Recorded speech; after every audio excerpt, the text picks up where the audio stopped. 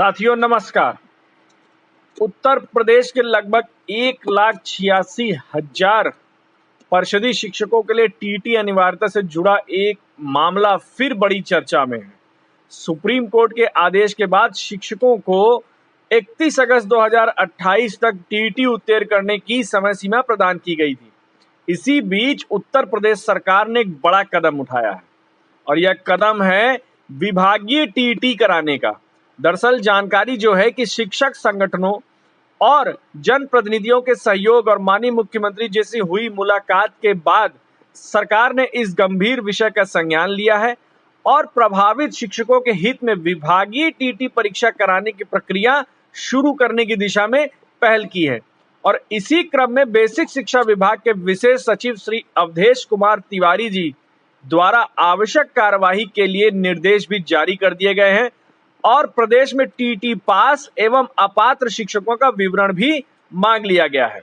साथियों, निश्चित रूप से यह एक बड़ी राहत देने वाली पहल है क्योंकि बहुत से शिक्षक साथी यह मान रहे थे कि विभागीय टीटी संभव नहीं हो पाएगा, लेकिन सरकार द्वारा इस दिशा में कदम बढ़ाना एक सकारात्मक संकेत माना जा सकता है। हालांकि इस विषय में आगे कुछ कानूनी और व्यावहारिक चुनौतियां भी सामने आ सकती हैं। सबसे पहले तो चुनौती यह है कि सुप्रीम कोर्ट के निर्णय में विभागीय टीटी का स्पष्ट उल्लेख नहीं किया गया था। वहां पे सिर्फ इस बात का जिक्र किया गया था कि 1 वर्ष का एक्सटेंशन दे दिया जाए और जो भी परीक्षा कराने वाली जो एजेंसियां हैं वो समयबद्ध तरीके से टीटी परीक्षाएं आयोजित कराएं। लेकिन दूसरी सबसे बड़ी चुनौती शिक्षा मित्रों की तरफ से आ सकती है क्योंकि पूर्व में शिक्षा मित्रों ने के समायोजन के प्रकरण में टीटी का एक महत्वपूर्ण मुद्दा रहा था। ऐसे में यदि विभागीय टीटी की व्यवस्था होती है तो शिक्षा मित्रों के ओर से भी समान अवसर और समान व्यवस्था की मांग उठ सकती है।